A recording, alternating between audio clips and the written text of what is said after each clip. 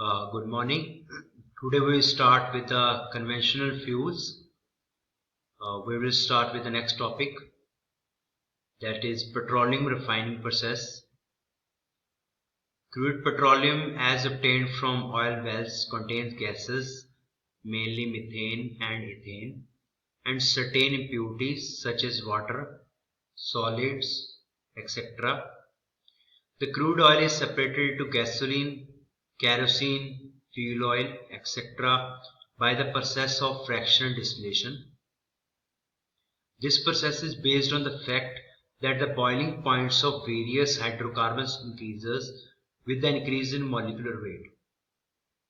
With the lower chain and lower molecular weight, the boiling point is less, uh, as you can see in case of methane. Methane has a lower boiling point as compared to ethane, and ethane has lower boiling point as compared to propane. So as the chain size increases, your boiling point start to increase. So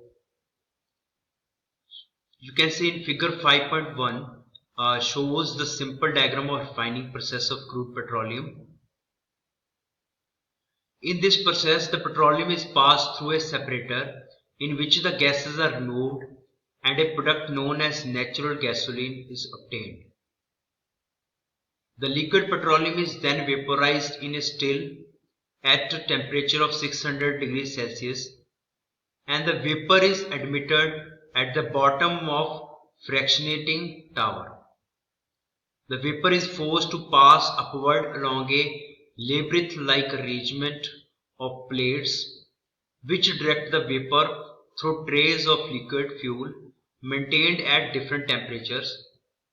The compounds with higher boiling points get condensed out at lower levels, while those with lower boiling points move up to the higher levels where they get condensed in trays at appropriate temperature.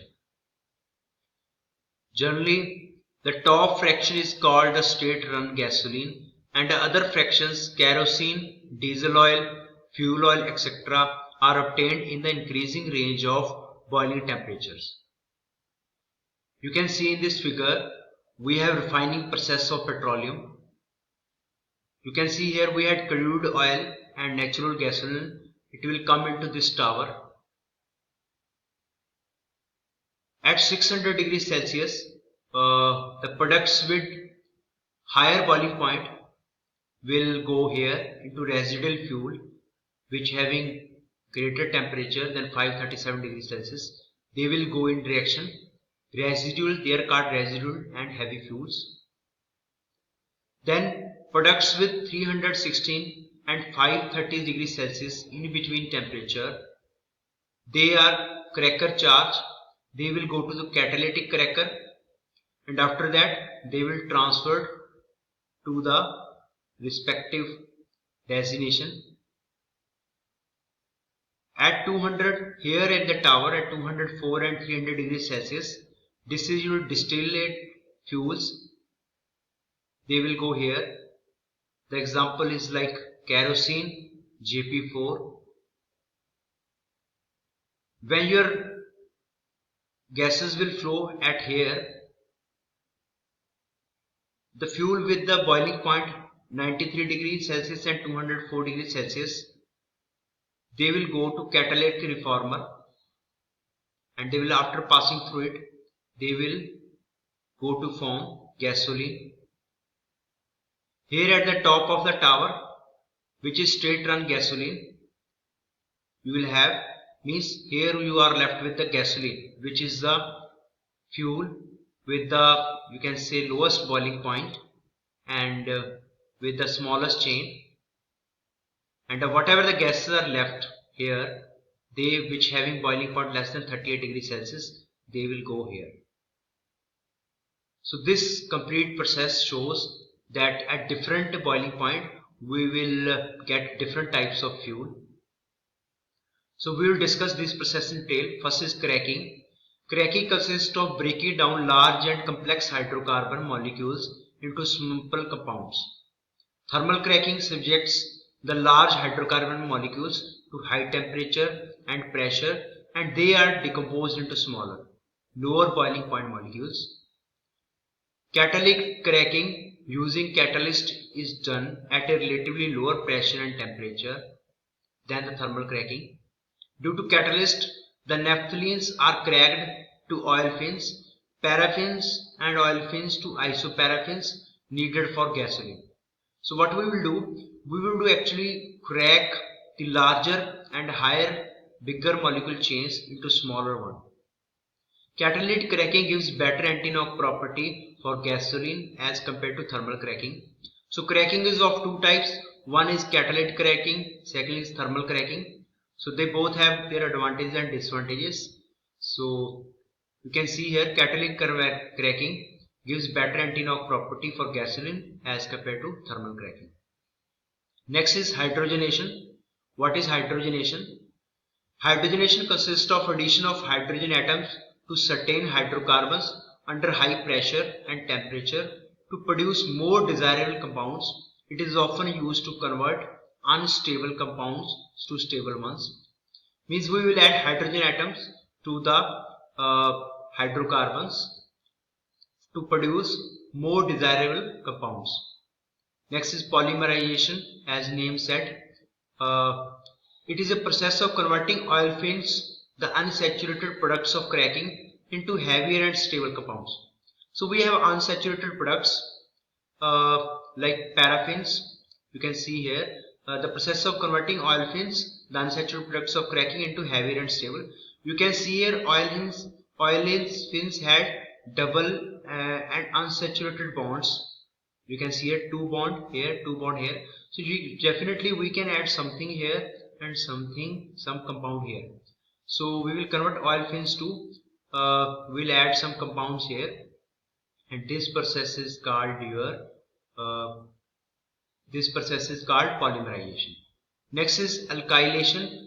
Alkylation combines an olefin with the isoparaffin to produce a branch chain isoparaffin in the presence of a catalyst, like isobutylene and isobutane form isooctane. Isomerization changes the relative position of atoms within the molecule of hydrocarbon without changing its molecular formula. So what are isomers? Actually they have the same chemical formula, but the orientation or position of the atoms is different. You can see here relative position of atoms within the molecules of hydrocarbon without changing its molecular formula. So molecular formula remains same, only the position of the atoms will change. For example, isomerization is used for conversion of N-butane into isobutane. So both are butane, but one is N-butane, second is isobutane. Conversion of N-pentane into N-hexane. Isoparaffins to improve knock rating of highly volatile gasoline is another example. Cyclization, cycle as the name said, we will join a long chain into a closed chain, joins together the ends of straight chain molecule to form a ring compound of naphthalene family. Aromatization is similar to cyclization, the exception being that the product is an aromatic compound. So what are aromatic compounds?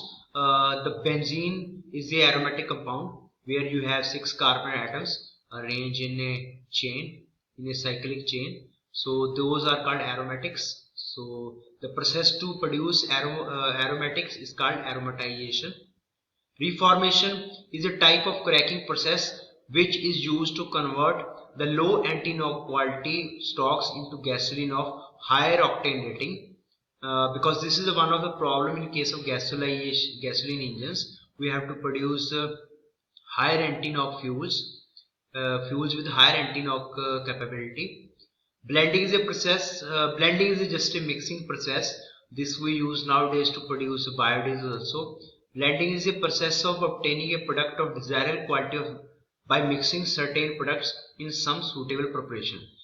The fuel which we are using even in our car and buses also, they are also blended fuels. They don't contain a single chemical formula. They are a mixture of number of you can say hydrocarbons. So you can see in the table also The lowest boiling point is for the fuel gas, which is minus 160 to minus 44, like methane, ethane, and some propane used as a refinery fuel. Methane, ethane, and propane we use for the refinery fuel and for other purposes also. It is lowest boiling point here. Propane, it is minus 40, which is liquid petroleum gas, which we use as household gas also. Butane, which is having minus 12 to 13 degrees Celsius, blended with motor gasoline to increase its volatility.